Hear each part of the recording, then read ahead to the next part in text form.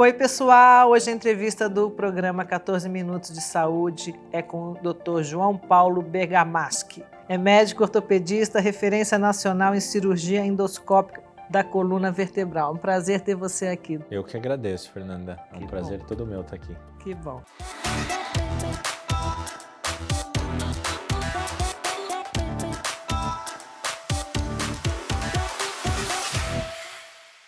Dr. João Paulo, o que são as cirurgias minimamente invasivas e quais as vantagens? As cirurgias minimamente invasivas, elas são cirurgias, como o próprio nome diz, que agridem muito menos o nosso organismo. Então a gente consegue resolver o problema que o paciente tem de uma forma muito mais tranquila, mais segura, permitindo que o indivíduo, o paciente, reabilite, se recupere mais rápido, com menos dor. Então isso aconteceu não só na minha área, cirurgia de coluna, mas todas as outras especialidades. Por exemplo, retirar uma vesícula hoje em dia é por vídeo, não se abre mais. Isso. Mexer no menisco hoje é por vídeo, não se abre mais. Agora, hoje em dia, para poder tratar a hérnia de disco, alguma compressão maior de nervo da medula, hoje também a gente consegue fazer por vídeo, que é o que existe de mais moderno hoje em dia nessa área. Então hoje a gente não abre mais. Quanto tempo que já está assim? No mundo de 2005 para cá, realmente que houve um desenvolvimento maior. Nós estamos aí há quase 10 anos investindo nessa técnica, então assim, é relativamente novo, frente a tudo é novo.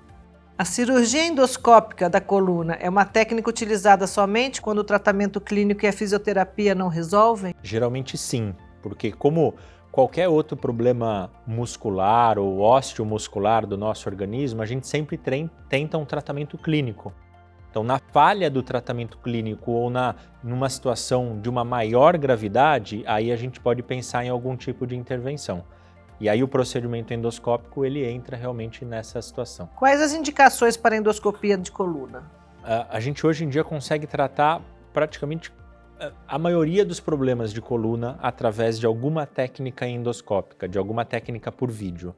Então, o principal é o que? É a hérnia de disco. Às vezes a hérnia de disco é tão grande que está comprimindo o nervo, pinçando a raiz nervosa. Aí a gente consegue, a partir do momento que houve falha do tratamento clínico, realizar a técnica endoscópica. Qualquer tipo de desgaste que acaba estreitando o espaço do nervo, o túnel do nervo, que é o termo técnico que a gente chama de estenose. É o meu.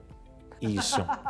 Na falha do tratamento clínico ou numa descompensação maior de sintomas, a gente pode utilizar alguma técnica endoscópica para poder refazer o túnel do nervo. Então, o túnel que pela estenose é fechado, a gente consegue fazer uma raspagem no osso e ele voltar ao seu diâmetro normal. Tá? Cistos, alguns processos inflamatórios, alguns outros processos degenerativos, eles também são passíveis de alguma técnica endoscópica. Então, é muito raro hoje em dia a gente precisar utilizar uma técnica aberta, tá? Para esses problemas que eu citei até então. Você hoje faz mais operações via endoscópio? Praticamente 100%. O que significa uma pessoa com dor por mais de 3 semanas, coluna dura ao acordar, com dor mesmo em repouso ao longo do dia, com sensação de inchaço nas pernas, pé, braços e mãos, e não melhorar a dor com medicamentos ou exercícios? A gente pensa em algumas coisas. Assim, pode ter uma causa de tudo isso, de alguma doença na coluna, principalmente na coluna lombar, em que ou um desgaste, ou a própria estenose, ou qualquer outro problema que acabe pinçando a raiz nervosa, pode gerar sintomas que acabam repercutindo nas pernas. Sintomas como dor, como formigamento, como dormência, fraqueza, às vezes pode afetar a questão de inchaço, porque se a musculatura ela não está bem inervada, se o nervo não funciona bem, a musculatura sofre. Então ela não consegue trazer o sangue de volta para o coração. Então esse é um primeiro ponto. Segundo ponto, que dependendo do problema que ela tem na coluna, pode repercutir também em cansaço nas pernas. Então vai andar um pouquinho, precisa parar por conta de dor na perna. Isso pode ser vascular também, às vezes confundem. Então, sintomas neurológicos e sintomas vasculares, tá? Mas a gente pensaria nessas duas coisas. O que é a hérnia? É uma doença de idoso? Não, já foi. Hoje em dia não mais. A hérnia nada mais é do que um pedacinho do nosso disco que acaba vazando do seu local de origem. Lembrando que o disco é como se fosse um amortecedor ele está localizado entre duas vértebras, tá? Então ele não só amortece de impacto, ele não só amortece a questão de movimento, mas ele evita que uma vértebra fique fundida na outra. Então ele permite essa movimentação que a gente tem, tanto de flexão, extensão, lateral e rotação. Então o disco ele é fundamental para a movimentação do nosso tronco. E aí existe um processo degenerativo natural que vai acontecer. A gente usa demais o nosso disco. Então você usou demais durante toda a sua vida. Meu problema é no pescoço. Você também opera pescoço? Também existem algumas técnicas específicas para a região cervical. Eu fui levantador, imagina quantas vezes eu fiz isso aqui, doutor. Eu sofro. Então a gente usa demais. Então é normal gastar, é normal degenerar. E aí algumas pessoas que acabam tendo uma predisposição genética um pouco maior, acabam tendo um desgaste mais acentuado. E aí um pedaço se solta por enfraquecimento desse disco. E aí quando esse pedaço se solta e vaza, ele migra, isso é hérnia de disco. O problema é que ele migra geralmente para próximo do nervo, por isso que dói tudo.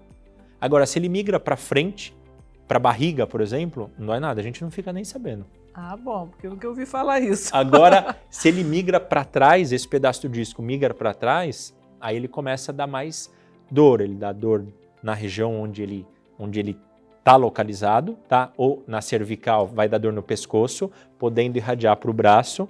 E se é na lombar, dor na região lombar, podendo irradiar para a perna, que é a dor do ciático, que muitas vezes as pessoas falam. 80% da população mundial teve ou terá dor na coluna em algum momento? Do que depende a saúde da coluna? Como prevenir algumas lesões? E como retardar o desgaste degenerativo e a osteoporose? É a pergunta do milhão.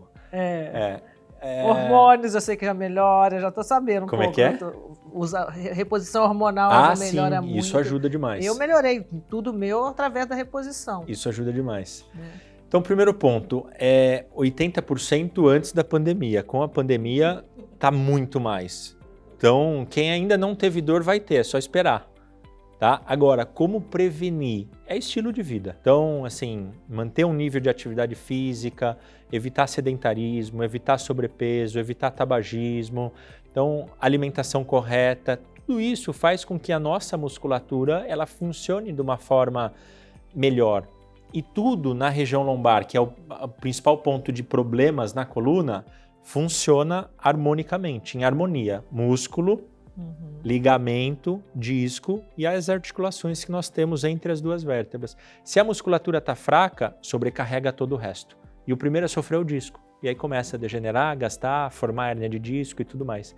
Então, se a gente conseguir manter a musculatura bem condicionada, é o principal fator protetor para qualquer problema degenerativo da nossa coluna. O problema é que, dependendo do grau de enfraquecimento muscular, às vezes só fazer exercício pode demorar muito tempo ou pode ser insuficiente, que aí entra na questão de ter alguma coisa para poder ajudar. A questão hormonal influencia diretamente nisso, de manter o padrão da musculatura para proteger nossa coluna, além de acabar protegendo uma questão de reabsorção óssea, que aí forma a osteoporose. A osteoporose nada mais é do que osso fraco. É diferente, por exemplo, da artrose. A artrose é osso gasto. Usou, gastou. A osteoporose é osso fraco. E osteopenia? Osteopenia é uma situação intermediária entre o normal e a osteoporose. Tá. Então, muitas vezes faz a densitometria, tem osteopenia. Opa, precisa cuidar para isso não evoluir, não piorar. Agora, a situação da osteoporose também ela está diretamente relacionada à questão de atividade física. Porque não é simplesmente falta de cálcio ou falta de vitamina D, porque de repente vai fazer o exame e o cálcio está normal. Então o problema é de uma enzima que acaba realmente transportando esse cálcio para o osso. O problema realmente é de depósito ósseo. A gente tem duas enzimas basicamente que trabalham no osso, uma que leva o osso e a outra que tira. Se a que leva não funciona bem, só a que tira funciona. Então, inclusive, os tratamentos mais modernos acabam trabalhando nessas duas enzimas, tanto em diminuição da reabsorção óssea e no aumento dessa formação óssea. Então, isso é um problema realmente bastante sério, porque o osso fraco predispõe o indivíduo a ter fraturas. Fratura de fêmur, por exemplo. Fratura de fêmur é o extremo da osteoporose. É o extremo. E o problema é que o indivíduo com uma fratura de fêmur, ele se debilita demais. Porque hoje em dia a fratura de fêmur é praticamente 100% cirúrgico. Porque se não operar, a chance de ter algum tipo de problema é muito maior.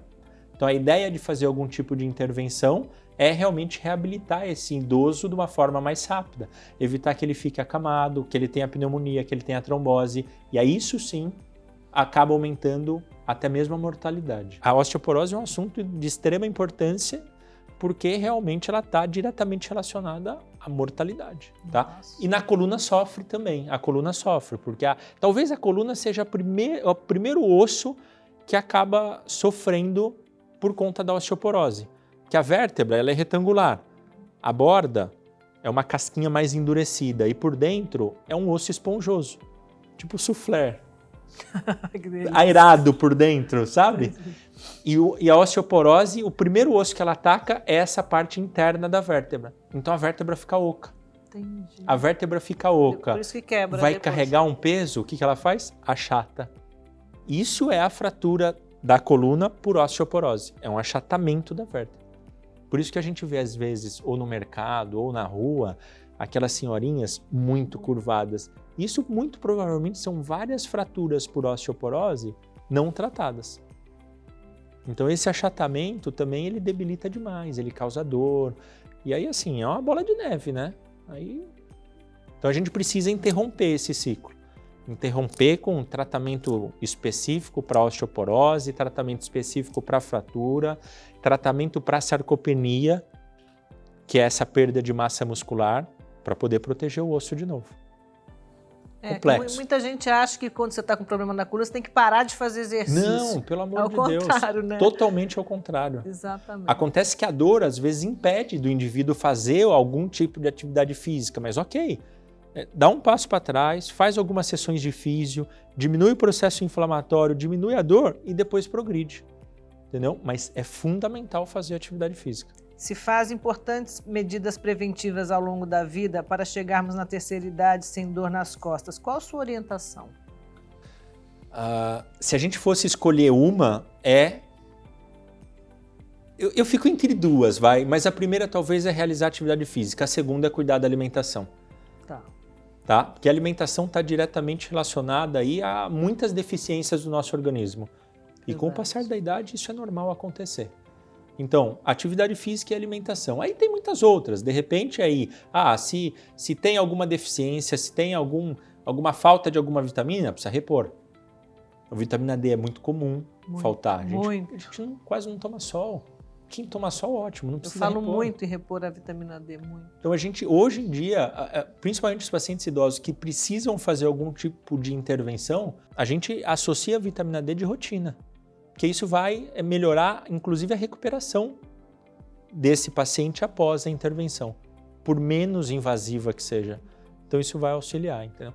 Mas eu ficaria entre as duas, atividade física e alimentação.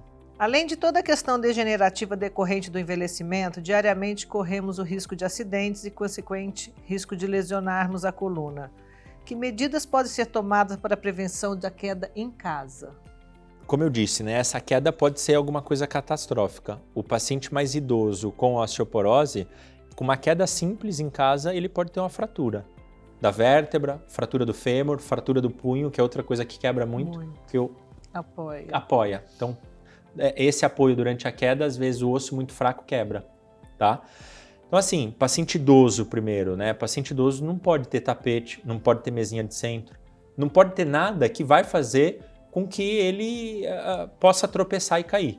Então esse é um primeiro ponto. Dependendo do grau de independência, se é vamos dizer, é um idoso mais dependente, aí precisa realmente ter aqueles corrimões para poder ter apoio e tudo mais para poder auxiliar, ou uma bengala, ou um andador, tudo mais.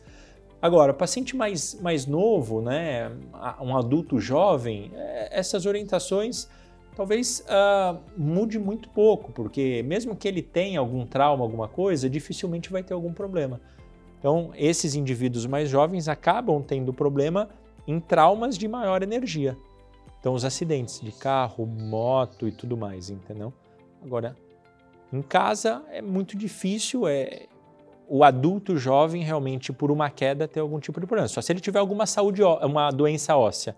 Se ele tiver alguma doença de metabolismo ósseo, o osso dele vai estar fraco. E aí vai ser meio semelhante a um osso de um idoso com osteoporose. Aí precisa tomar cuidado também. Na sua opinião, a pandemia fragilizou mais a população idosa e potencializou o risco de acidentes domésticos? Por quê? Acho que fragilizou porque diminuiu muito o nível assim, de atividade física realizado por eles, aumentou muito o nível de sedentarismo. Então, e a gente ficou muito suscetível ao envelhecimento. As pessoas envelheceram demais. Então, assim, em 2 anos... muitas pessoas falam uma sensação de envelhecimento de 5, às vezes 10 anos. Perde muita massa muscular, perde muita massa óssea. Então, para poder conseguir recuperar isso, precisa de tempo. Então, talvez a população idosa tenha sofrido mais nesse sentido, tá? Mas se a gente pensar em outras faixas etárias, foi muito prejudicial também, porque as pessoas engordaram demais, ganharam muito peso. Então isso é prejudicial não só para a coluna, mas para a saúde como um todo.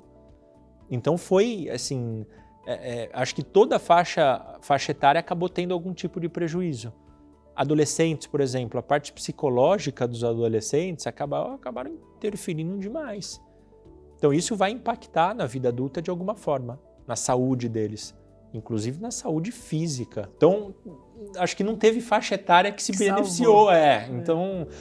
Mas agora a gente está num momento que a gente precisa realmente, a gente sabe que isso aconteceu, a gente sabe da situação de todo mundo e a gente precisa realmente agir, a gente precisa realmente recomendar aí um melhor estilo de vida, mais atividade física, cuidado com a alimentação, perda de peso para poder combater a obesidade e realmente para a gente poder viver mais e de uma forma mais saudável.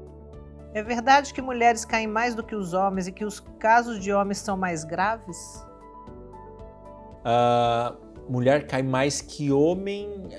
Talvez não. O problema é que a osteoporose é mais comum em mulher. Então, por isso que às vezes a gente acaba tendo uma casuística maior de pessoas que caíram e tiveram algum problema mais grave, algum tipo de fratura, do sexo feminino do que do sexo masculino.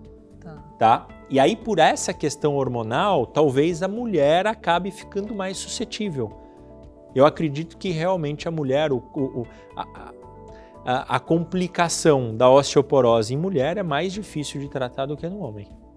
Tá? Então, eu consideraria talvez aí a mulher, não sexo frágil de forma alguma, mas por conta dessa questão hormonal da osteoporose, ela sem dúvida nenhuma acaba sofrendo um pouco mais. Independente da idade, o paciente que está se prevenindo para manter a saúde da coluna, bem como o paciente que se recupera de uma lesão, precisa fortalecimento e também alongamento. Qual o protocolo usual? Nossa, aí dá para a gente utilizar 1000 formas diferentes. O ideal até que eu converso bastante com os pacientes sobre isso. Então, assim, o ideal é que ele faça alguma coisa que ele goste. Se ele faz alguma coisa que ele goste, a chance dele ter uma adesão maior a essas recomendações é muito maior.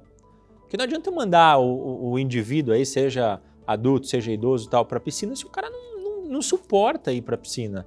Não adianta eu mandar ele para a academia se ele não suporta entrar numa academia, o ambiente não faz bem. Então, hoje em dia, a gente, pelo fato de ter muita opção, a gente acaba personalizando muito. Importante é que esse indivíduo faça uma avaliação física antes de iniciar qualquer tipo de treinamento, vamos dizer assim, e esse tratamento ou treinamento seja personalizado. Que a gente acabe, vamos dizer assim, identificando eventual deficiência de algum grupo muscular, alguma situação específica, trabalhe essa deficiência, mas não deixe de esquecer o restante do corpo. Então, assim, dá pra gente fazer isso na físio, dá pra gente fazer isso no pilates, dá pra gente fazer isso muitas vezes num treinamento funcional. Dá pra fazer na academia e na piscina? Também dá. Então isso... 1000 possibilidades. 1000 possibilidades. Doutor, deixa uma dica ou orientação para os nossos seguidores relacionada à qualidade de vida e saúde, sobretudo da coluna. Então as 2 dicas que eu tenho para dar talvez aí, a primeira dica talvez é manter um estilo de vida saudável, hábitos de vida saudáveis. Então, cuidar da alimentação e realizar atividade física. Acho que é o principal. Quem seguir essa receitinha de bolo e praticar atividade física e se alimentar bem, a chance de ter algum tipo de problema é muito menor. Então, assim, a gente vai acabar cuidando não só da nossa coluna, mas do joelho, do nosso quadril, do nosso ombro, da nossa cervical, do pescoço, da pressão, diabetes, doenças do coração. Então vai conseguir cuidar de tudo. E aí, com certeza, as pessoas vão conseguir viver muito melhor e muito mais. Então, as duas recomendações, atividade física e alimentação. Obrigada, doutor. Adorei.